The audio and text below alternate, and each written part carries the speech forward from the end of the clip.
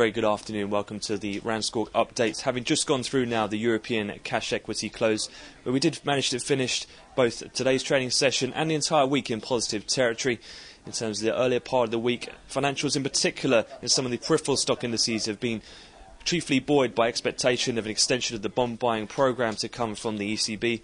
Although that wasn't the case on the press conference on Thursday, they did extend those various liquidity programmes on the 1 and 3 month schedule, and they said they would continue those programmes going forward. And in terms of some of the actual purchases in which they made on that bond buying programme, although we have no official numbers, it does seem as though they have been more aggressive this week, and that has led to some very big tightening moves in those peripheral bond spreads, particularly led by Portugal and Ireland. Elsewhere, in terms of today's trading session, all eyes were on that non-farm payroll release, which on the headline disappointed at 39,000. Expectations were for around plus 150.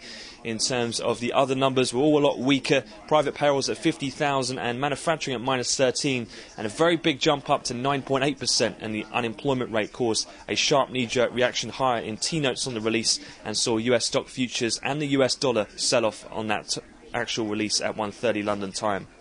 Since then, though, that has been a few hours ago now, we have begun to retrace some of those moves, and the US stock futures are now coming back toward unchanged in the session. T-notes, though, still in positive territory.